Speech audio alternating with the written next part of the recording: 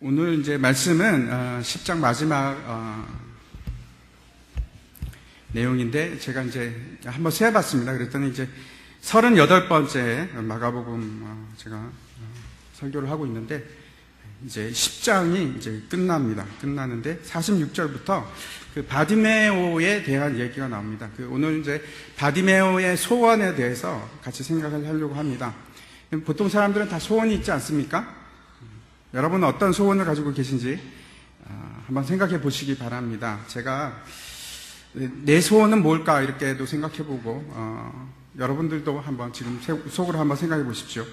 내가 오랫동안 정말 오랫동안 갈구해 왔던 것이 무엇인가, 내 소원은 무엇인가 한번 생각해 보시기 바랍니다. 우리가 잘 알고 있듯이 백범 김구 선생님이 그 백범 일지에서 쓴 내용을 글쎄 초등학교 때 배웠는지 중학교 때 배웠는지 모르겠는데 내 소원이 무엇이냐고 하나님이 물으시면 나는 서슴지 않고 내 소원은 대한 독립이요 하고 대답할 것이다. 두 번째 소원도 우리나라의 독립이요. 또 세 번째 물으시면 내 세 번째 소원도 대한의 완전한 자주 독립이요 라고 대답할 것이다. 이렇게 백범 일지에서 적습니다. 제가 어릴 때 이제 학교에서 이 글을 배울 때 좀 기가 막혔습니다. 야, 무슨 이런 사람이 다니냐. 이 글이 좋다고 또 싫은 거는 또 뭐냐. 뭐 이런 생각을 했습니다. 근데 지금은 좀 생각이 달라졌습니다. 이 일을 얼마나 그렇게 원했으면 첫 번째도 독립이요, 두 번째도 독립이요, 세 번째도 완전한 자주 독립이라고 이렇게 얘기를 했을까? 뭐 그런 생각을 합니다. 그럴 수도 있겠다 하는 생각을 합니다. 제가 지금 하나님께서 내 소원을 다 들어줄 테니 무엇을 하여 주기를 원하느냐 이렇게 물으신다면 여러분은 뭐라고 대답을 하시겠습니까? 솔직하게 지금 나에게 떠오르는 생각이 어떤 것인지 한번 생각해 보시기 바랍니다. 제가 우리 아이들한테 물어봤습니다. 야, 아빠가 뭘 해줬으면 좋겠느냐. 저는 이제 생각하기를 우리 아이들이 당연히 장난감이요 뭐 이런 말을 할 줄 알았습니다. 그런데 둘 다 똑같이 하는 얘기가 아빠가 같이 놀아줬으면 좋겠어요 이렇게 얘기를 하는 겁니다. 그래서 좀 가슴이 아팠습니다. 내가 얼마나 안 놀아줬으면. 아빠가 놀아주면 얼마 전에 이제 같이 놀아주니까 너무 좋아하더라고요. 어떤 사람은 아마 그런 소원을 가지고 있을 겁니다. 하나님께서 내가 평생 걱정 안 하고 먹고 살 수 있는 돈을 주시면 얼마나 좋을까. 부족한 사람들은 그런 생각을 할 수 있습니다. 또 청년이면 하나님, 내 소원은 좋은 배필을 만나는 것입니다. 이렇게 할 수도 있을 것 같습니다. 내년에 이제 대통령 선거, 미국의 대통령 선거가 있어서 요즘 이제 해외 토픽을 보면 그런 일로 많이 이제 기사가 올라오는데 그런 사람들은 아마 그렇게 얘기하겠죠. 내 소원은 미국 대통령이 되는 것입니다. 이렇게 얘기할 것 같습니다. 하나님께서 물으시면. 솔로몬은 하나님께서 똑같은 질문을 하셨습니다. 솔로몬은 무엇을 구했습니까? 근데 그게 이제 바뀌었더라고요. 제가 한번 다시 찾아봤습니다. 한번 보시기 바랍니다. 열왕기상 3장 8절에서 9절인데 제가 한번 읽도록 하겠습니다. 주께서 택하신 백성 가운데 있나이다. 그들은 큰 백성이라 수요가 많아서 셀 수도 없고 기록할 수도 없사오니 누가 주의 이 많은 백성을 재판할 수 있사오리까? 듣는 마음을 종에게 주사 주의 백성을 재판하여 선악을 분별하게 하옵소서. 옛날에 그 성경에 한글 개역 성경에는 지혜로운 마음을 종에게 주사 이렇게 되어 있는데 그게 이제 바뀌었더라고요. 개정 개역에는 듣는 마음, 그대로 번역을 해서 듣는 마음을 종에게 주사 이렇게 되어 있습니다. 이제 그 솔로몬이 원했던 것은 듣는 마음입니다. 물론 이제 똑같죠. 이것이 지혜로운 마음인데 듣는 마음이라는 것은 여러 가지로 해석을 할 수 있겠지만 듣다라는 말은 쉐마라는 뜻입니다. 쉐마라는 뜻인데 그 의미 중에 하나가 뭔가 하면 순종하다라는 의미입니다. 그래서 이런 말이 될 수도 있습니다. 듣는 마음이라는 것은 하나님 저에게 순종하는 마음을 주시옵소서 하는 그런 말이 될 수가 있습니다. 정말 듣기를 원했던 것은 하나님의 말씀을 듣기 원하는 마음을 주시옵소서. 내가 하나님의 마음을 알 수 있는 마음을 주시옵소서. 그런 말이 되겠죠. 그것이 소원이었습니다. 제가 오늘 말씀을 통해서 우리가 함께 생각해 보았으면 하는 것은 기도입니다. 특별히 이제 간구하는 기도인데, 우리가 어떻게 하면 우리의 소원을 이룰 수 있을까 하는 문제도 아마 그 바디메오 사건과 함께 같이 생각을 해 보았으면 좋겠습니다. 오늘 본문에서 예수님께서 바디메오에게 내게 무엇을 하여 주기를 원하느냐라고 이제 합니다. 여러분, 똑같은 질문이 10장에 하나 더 있습니다. 어딘지 아시겠습니까? 한번 보시기 바랍니다. 예수님께서 두 제자에게 똑같은 질문을 하셨습니다. 36절을 한번 보시기 바랍니다. 같은 10장입니다. 이르시되 너희에게 무엇을 하여 주기를 원하느냐? 똑같은 질문을 했습니다. 이 마가복음 10장에 중요한 4가지 종류의 사람이 나옵니다. 첫 번째 나오는 사람이 어린아이. 그렇죠. 두 번째 나오는 것이 이제 부자 청년입니다. 그리고 세 번째 세베대의 아들들이 나오고, 그리고 오늘 마지막으로, 이 10장의 마지막으로 나오는 사람이 소경 맹인이죠. 맹인 바디메오입니다. 그런데 상호 대조를 이룹니다. 어린아이와 부자 청년, 세베대의 아들들과 바디메오. 그런데 그렇게만 지금 대조를 이루는 것이 아니고, 어린아이와 주의 우편과 좌편을 요구하는 제자들, 그리고 부자 청년과 거지 바디메오, 아주 극명한 대조를 이루고 있습니다. 오늘 본문을 그냥 쉽게 생각하면 예수님께서 길을 가시다가 소경을 거치셨구나 하는 것으로 그냥 넘어갈 수도 있는 본문입니다. 그러나 그렇게 쉽게 생각할 수 있는 본문이 아닙니다. 제가 얼마나 고민을 많이 했는지 모르겠습니다. 이게 오늘 바디메오 이야기는 이 마가복음의 치유 기적 중에서, 치유 사건 중에서 제일 마지막에 나오는 치유 기적입니다. 더 이상 치유 기적은 없습니다. 그런데 재미있는 것은 여러분 요한복음에도 9장이죠. 마지막 치유 기적이 나옵니다. 그것이 누군지 아십니까? 실로암 맹인입니다.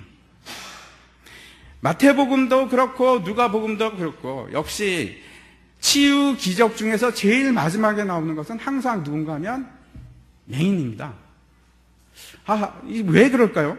왜 특별히 마지막 사건에 소경을 지금 치유하는 역사를 하나님께서, 예수님께서 기록하고 있을까요? 이 바디메오 사건이 끝나면 그 다음에 11장으로 보면 바로 이제 예루살렘으로 들어가십니다. 십자가를 지시는 그 현장으로 이제 나가시는 거죠. 분명히 맹인이 앞을 보게 되는 사건은 단지 치유 사역으로 끝나는 것이 아니고 특별한 메시지를 가지고 있는 것이 분명합니다. 여러분, 나병 환자가, 그죠? 나병 환자가 나오지 않습니까? 앞에서 특별한 의미를 가지고, 손 마른 자가 특별한 의미를 가지고 있고, 그 맹인 역시 특별한 의미를 가지고 있습니다. 여기에 있는 기적들이 하나하나가 다 특별한 의미를 가지고 있습니다. 그 나병이 성경에서 말하는 바가 무엇입니까? 죄인이죠. 손이 말랐다는 것은 무슨 뜻입니까? 손이 의미하는 것은 직업을 의미하고 돈벌이를 의미하는 것입니다. 그것이 마른 것은 내가 내 스스로 내 삶을 영위할 수 있는 그런 존재가 이제 박탈당한 것을 얘기합니다. 내가 스스로 먹고 살 수 있는 도구가 없어졌음을, 그것은 이제 성경의 손이 말랐다 이렇게 얘기를 합니다. 소경이라고 하면은 무슨 뜻이 되겠습니까? 앞을 못 보는 사람이지 않습니까?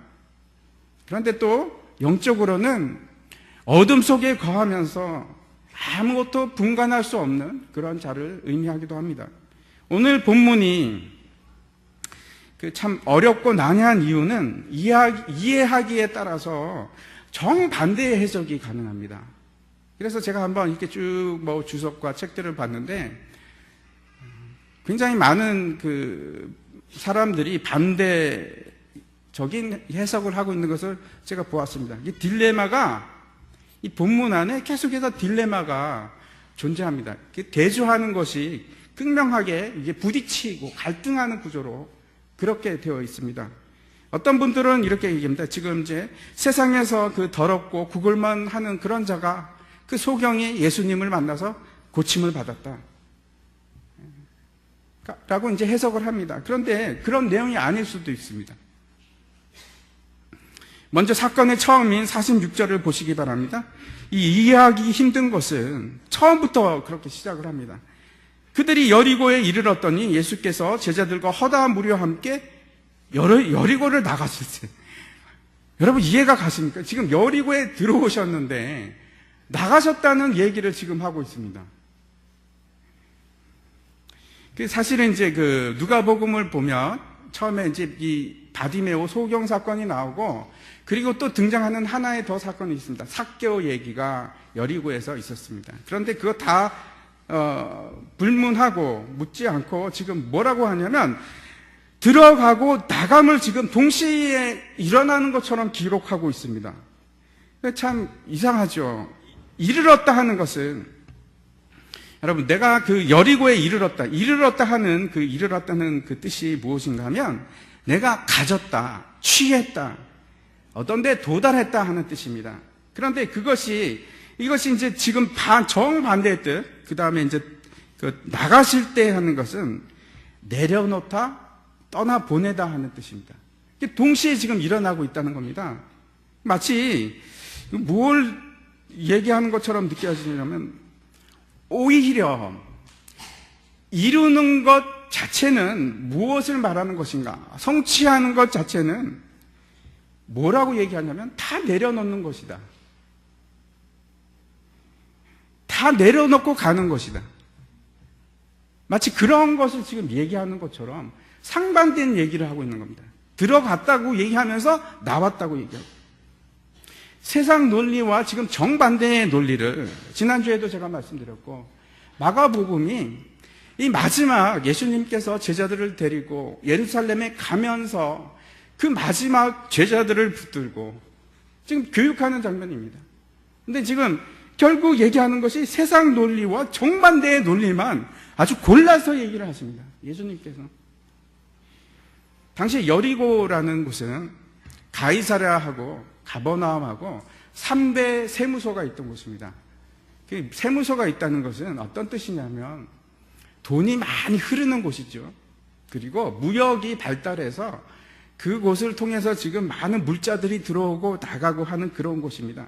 특별히 이제 그 여리고에 가수원이 많았다고 합니다. 그래서 좋은 향기가 많이 나고 꿀도 많이 나고 꽃들이, 특히 장미들이 많이 있고 뭐 그런 곳입니다. 여리고가 강남입니다. 강남 부촌입니다. 부촌인데 아름답고 특히 이제 거기에 이제 그 겨울궁도 있었다고 합니다. 그 부유한 도시 가운데 있는 지금 맹인 얘기를 합니다. 이것 또한 아주 극명한 대조를 이루고 있습니다. 우리가 이제 정말 관심을 가지고 봐야 될 것은 이 거지의 이름입니다. 이 거지의 이름이 너무나 많은 것을 지금 얘기하고 있습니다. 다른 복음서에서는 이 거지의 이름을 얘기를 하지 않는데 마가는 특별히 이 거지의 이름에 대해서 아주 길게 설명을 합니다. 뭐라고 설명합니까? 한번 보시기 바랍니다.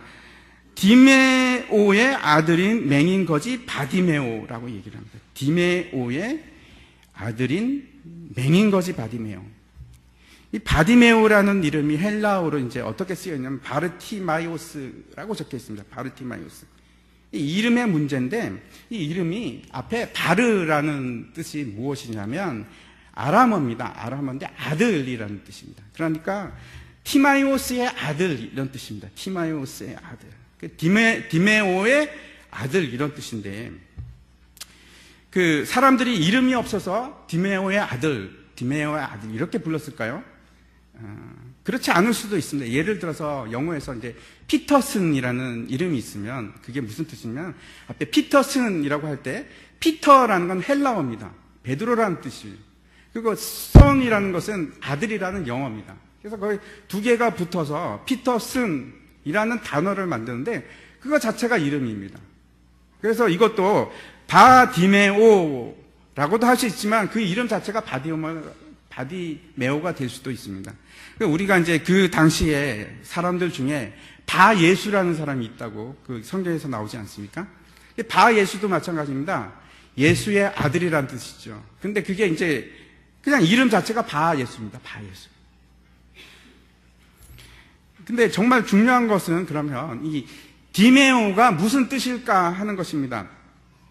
티마이오스라는 것이 참 신기한데 헬라어로 이해를 하면 그러니까 아람어가 바라는 게 아람어고 아들이라는 게 아람어고 뒤에 티마이오스라는 헬라어가 붙었는데 티마이오스라는 헬라어가 무슨 뜻이냐면 존귀한 아주 값진 그런 뜻입니다. 그러면 무슨 뜻이 됩니까? 존귀한 자의 아들, 아주 값진 자의 아들 그런 뜻이 됩니다.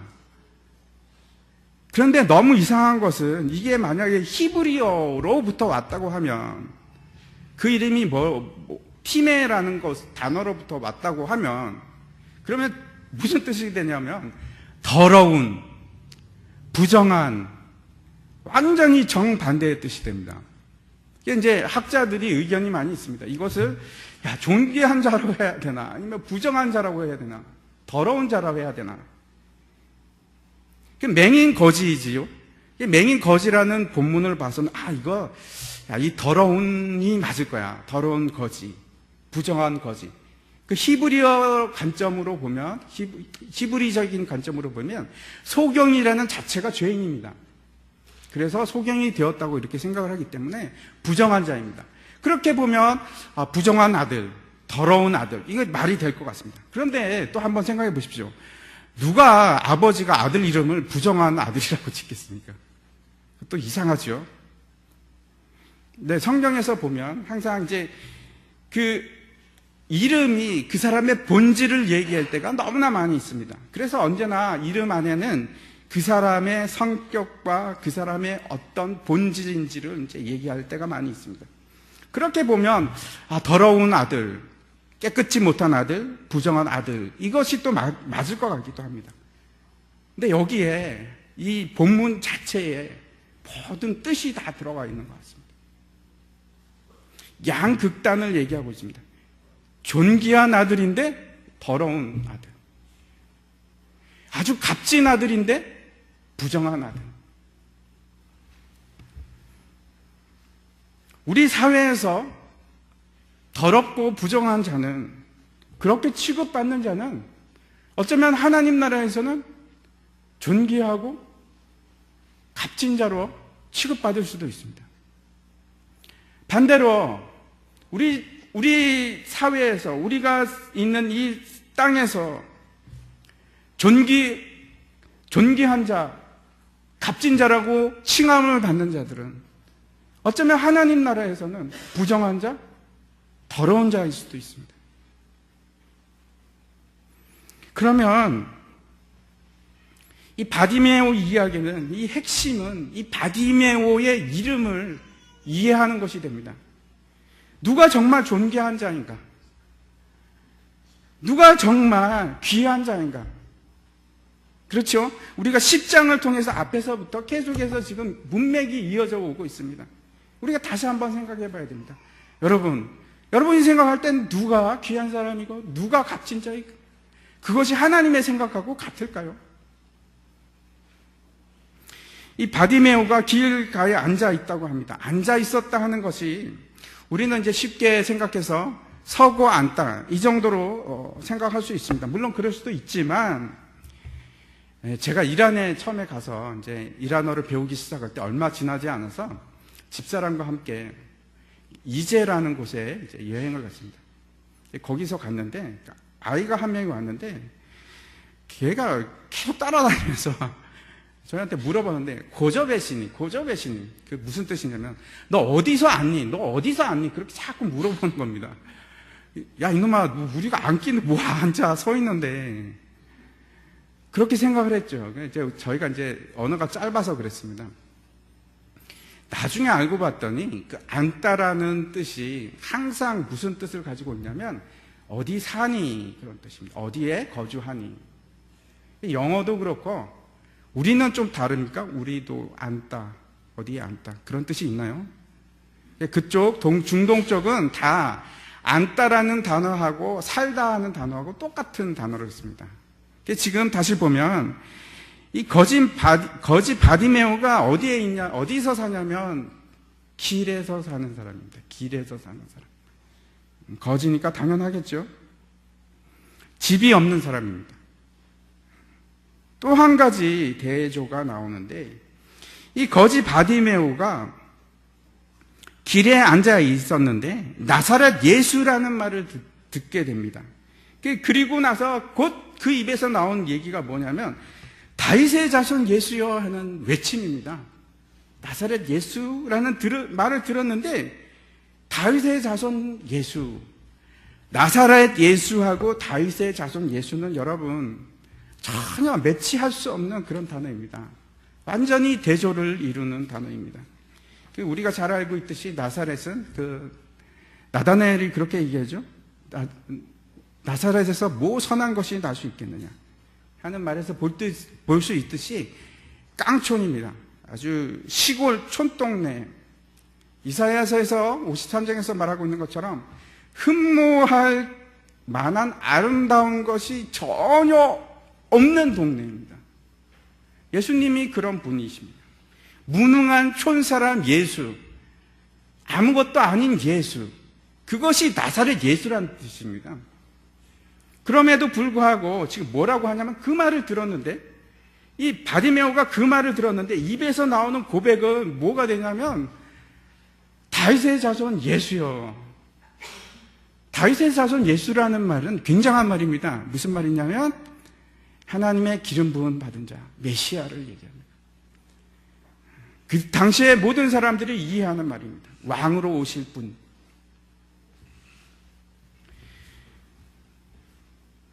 어떻게 이렇게 될 수 있을까요?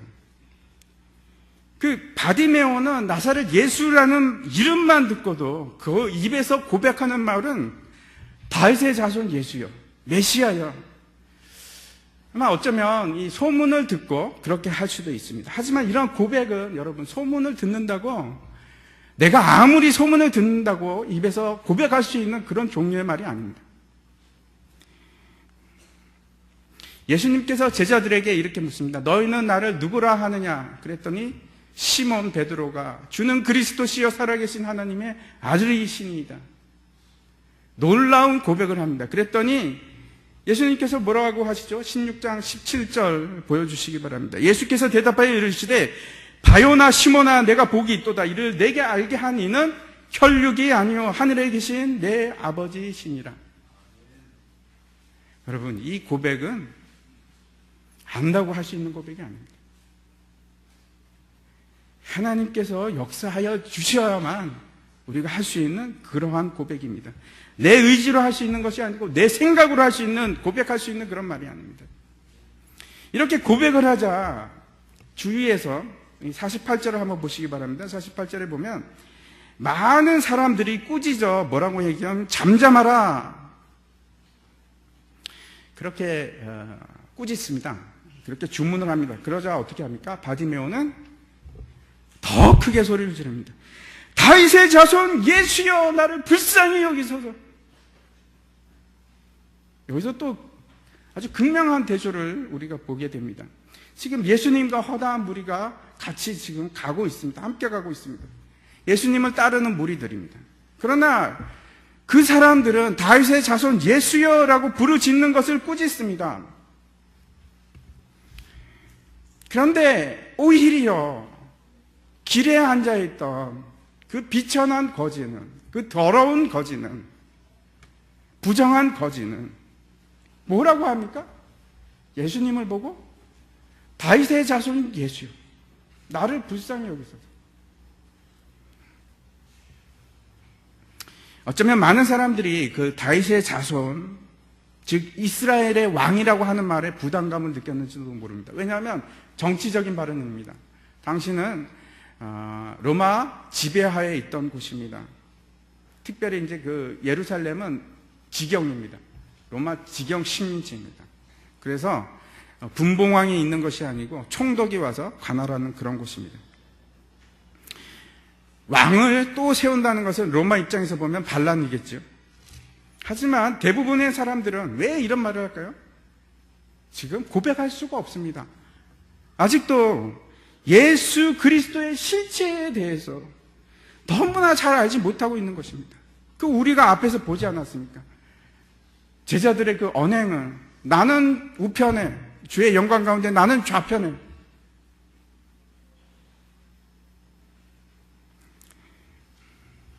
지금도 마찬가지입니다. 우리가 주 예수 그리스도를 우리의 왕이라고 고백을 하시죠. 여러분도 그렇죠? 아멘이시죠?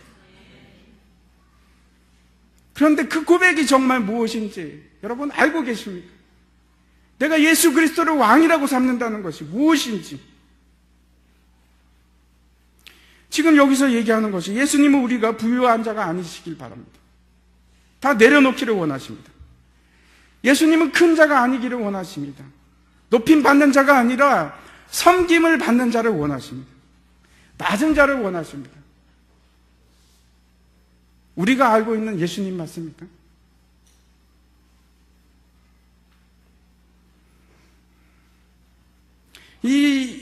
이것이 지금 10장 전반을 통해서 우리에게 강력하게 도전하고 강력하게 지금 전하는 바가 이것입니다. 너희와 생각과 내 생각이 이렇게 다르다. 아직 제자들이 그것을 깨닫지 못하고 아직도 높아지려는 마음, 아직도 가지려고 하는 마음, 섬기려는 마음이 아니고 섬김을 받으려고 하는 마음. 이 바디메오의 그 사건에는 이 갈등과 대조가 계속해서 이제 드러나는데, 바디메오가 시끄럽게 이제 소리치자 예수님께서 이제 부르십니다. 그제야 사람들이 어떻게 합니까? 바디메오에게 관심을 가지고 이제 용기를 주기 시작합니다. 안심하라, 일어나라, 너를 부르신다. 예, 다시 한번 사람들이 얼마나 예수님에 대해서 잘 알지 못하는지 아주 극단적으로 보여줍니다. 예수님의 관심은 어디 있냐면 극히 작은 소자에게 있습니다. 지극히 작은 어린아이와 같은 자에게 있습니다. 그런데 사람들의 관심은 큰 자에게 있습니다.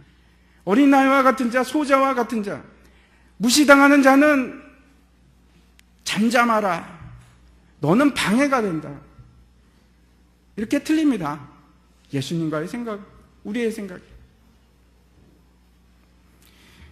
그 다음을 이제 계속해서 보겠습니다. 맹인이 겉옷을 내버리고 뛰어 일어나 예수께 나갑니다. 이 사실이 굉장히 중요합니다.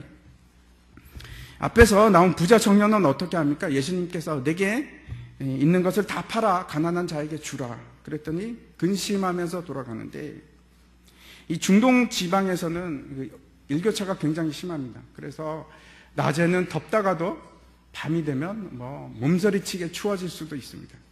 겉옷의 역할이 굉장히 중요합니다. 겉옷은 이불 역할도 하고 집 역할도 하고 아주 중요한 재산입니다. 이 거지입니다. 길에서 사는 사람입니다. 뭐가 제일 중요하겠습니까? 이 사람에게 제일 중요한 것은 겉옷입니다. 그런데 바디메오가 어떻게 합니까? 이 겉옷을 내버리고 내팽겨 쳐버리고 뛰어 일어나 예수께 갑니다. 옷은 또한 자신의 정체성을 얘기하는 것입니다. 내 신분을 얘기하는 것이죠.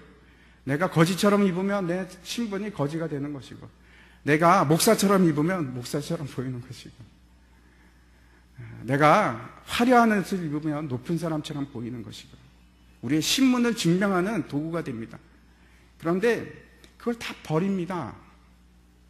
나 자신을 버리는 겁니다. 내 자신을 지금 부인하는 겁니다. 부정하는 겁니다. 이 겉옷이 무엇을 얘기하냐면 내 자신을 증명하는 도구가 되는 것입니다. 이 겉옷이라는 것은. 그런데 그것을 버린다는 말은 다른 말로 해서 겉옷은 은혜에 반대되는 개념입니다. 내 자신을 증명하는 것을 뭐라고 하죠? 율법이라고 합니다. 그런데 그 율법에 반대되는 개념이 바로 은혜인데, 이 겉옷을 버린다는 것은 내가 더 이상 율법 아래에 있는 자가 아니라 은혜 아래로 들어가겠다. 그러한 놀라운 고백입니다.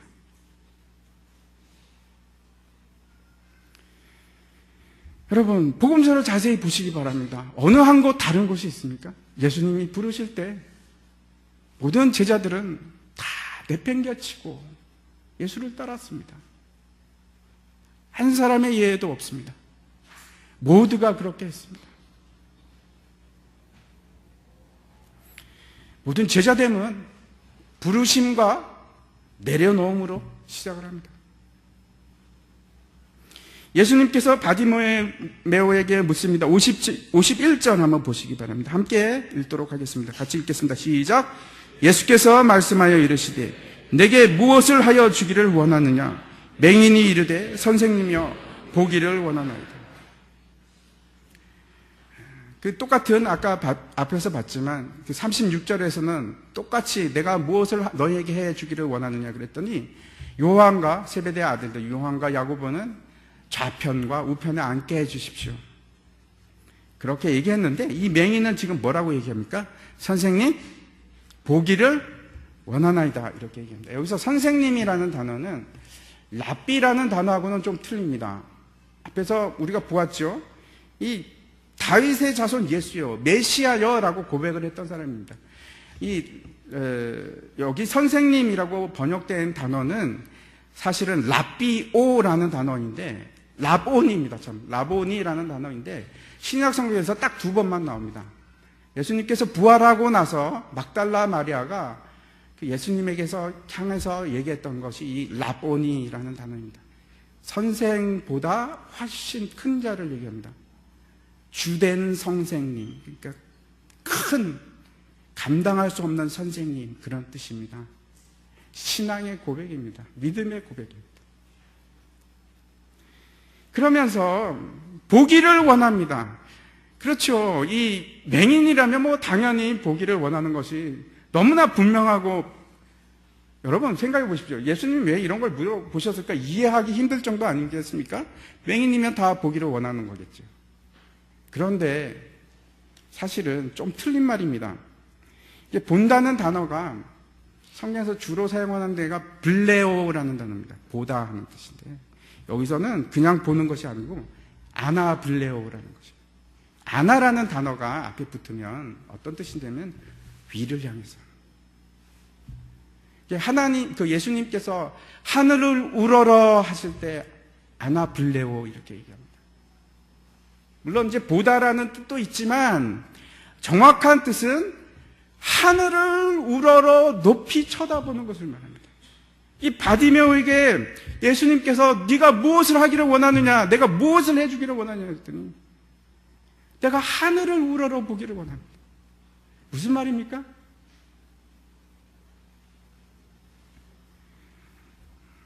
내가 하나님을 보기를 원합니다. 내가 영생을 얻기를 원합니다. 내가 영생을 보기를 원합니다.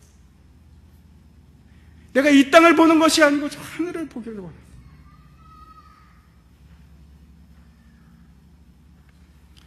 Look up이라는 뜻입니다. Look up. 위를 쳐다보기를 원합니다.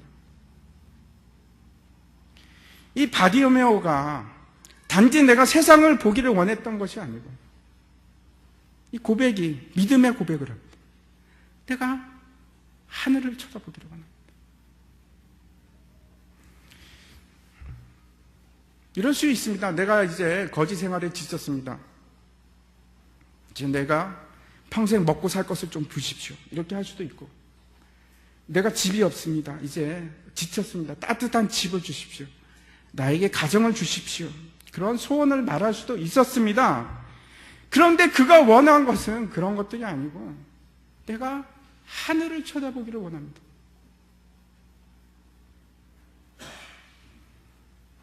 내가 높은 것을 쳐다보기를 원합니다. 나의 영적인 눈이 띄어지기를 원합니다.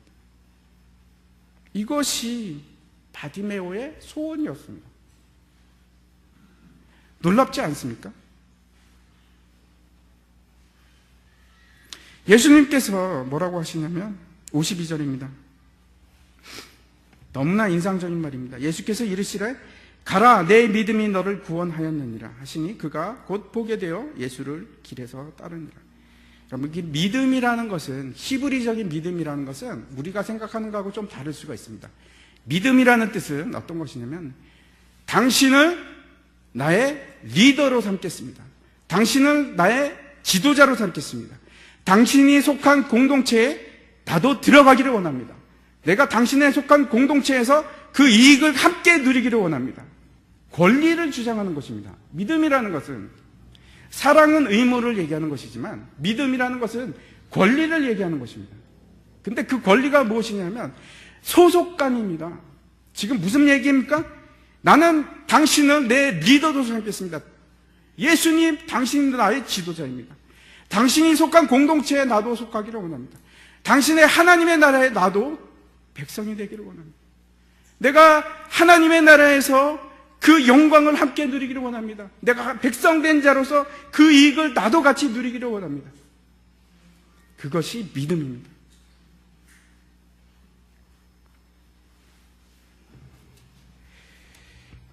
예수님께서 그렇게 얘기하시자 그는 보게 되었고, 그는 모든 것을 뒤로하고 예수님을 따르는 제자가 되었습니다. 제가 오늘 말씀을 묵상하면서 생각하게 되었습니다. 결국 하나님께서 우리에게 주시는 이 말씀을 통해서 제가 느끼는 것은 바디메오의 기도로 저는 받아들입니다. 우리가 바디메오를 통해서 결국 소원을 들어주시는 기도가 어떤 기도인지 그렇게 우리가 보았으면 좋겠습니다.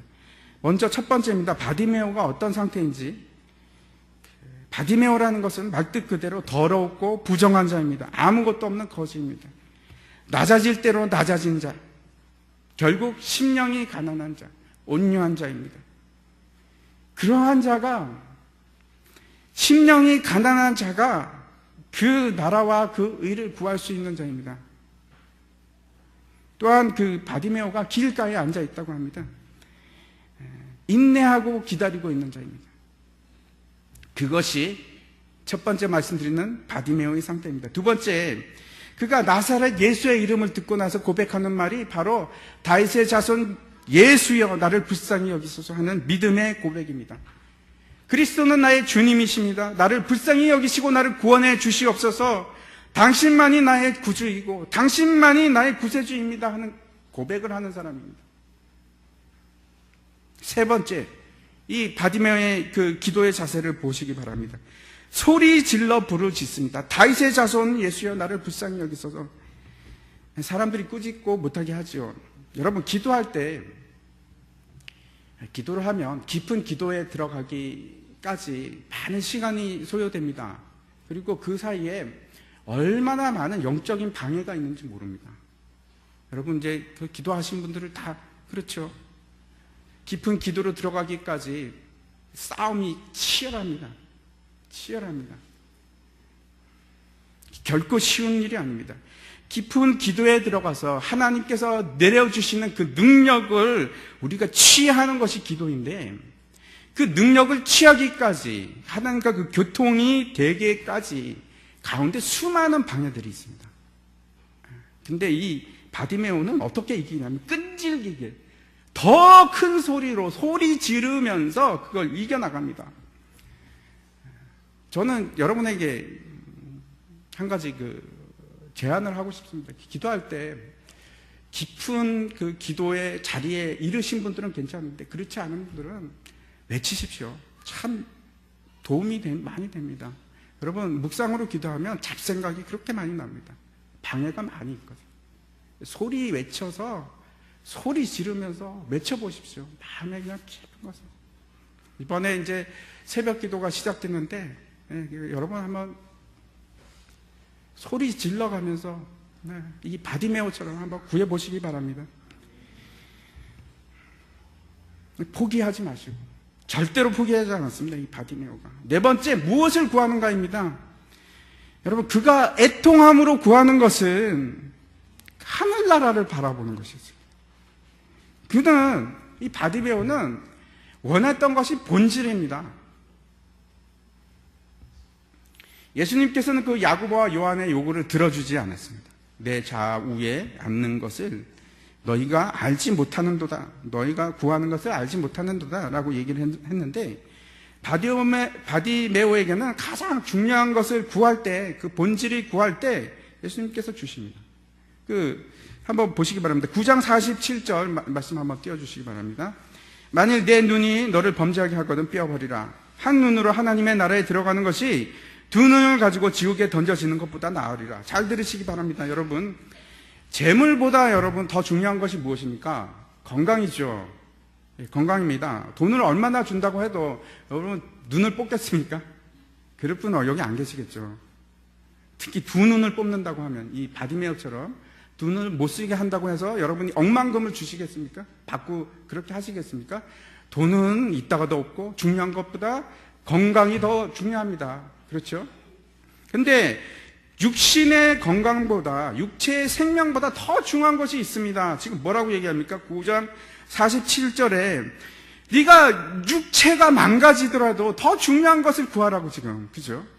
그것이 무엇입니까? 영원한 생명입니다. 내 눈이 사라지더라도 내가 병신이 되더라도 여러분 내 육체보다 더 중요한 것이 있습니다. 생명, 영원한 생명입니다. 영생입니다. 바디메오가 이 보기를 원한다 할 때 아나블레포 하는 것은 이 영생을 구하는 그 마음입니다. 본질을 구하시기 바랍니다. 여러분, 예수님께서 그렇게 얘기하잖아요. 그 나라와 그 의를 구하라. 그리하면 내가 너에게 필요한 거 다 알아서 주겠다고 그렇게 약속하지 않습니까? 본질을 구하십시오. 그것이 가장 강력한 기도가 됩니다. 그것이 하나님께 합당한 기도가 되고, 그것이 하나님께서 무조건 들어줄 수밖에 없는 기도입니다. 이 바디메오는 그것을 구했습니다. 마지막 5번째, 바디메오는 예수님께 나아가기 위해서 먼저 그 소원을 응답을 받기 전에 자신이 한 것이 있습니다. 그가 가진 모든 것을 다 내려놓았습니다. 전 재산, 그 자신까지. 여러분, 이 10장, 이 마가복음 전체를 통해서 지금 계속해서, 그렇죠. 우리가 10장까지 와서 보고 있지 않습니까? 주님이 원하시는 것이 무엇입니까? 주님이 원하시는 것은 나를 포기하는 겁니다. 내 자신을 포기하는 겁니다. 그것이 5번째 조건입니다. 말씀 마치겠습니다. 이 기도의 자리로 우리가 다 나갔으면 좋겠습니다. 마음이 가난해지고 믿음으로 간구하고 포기하지 않고 부르짖고 본질을 구하고 내 자신을 내려놓는 그 기도를 여러분 하시기 바랍니다. 그때 예수님께서 반드시 뭐라고 얘기하시냐면 내 믿음이 너를 구원했다. 마지막 시편 145편 19절 같이 읽고 기도하도록 하겠습니다. 같이 읽겠습니다. 시작. 그는 자기를 경외하는 자들의 소원을 이루시며 또 그들의 부르짖음을 들으사 구원하시리라. 아멘.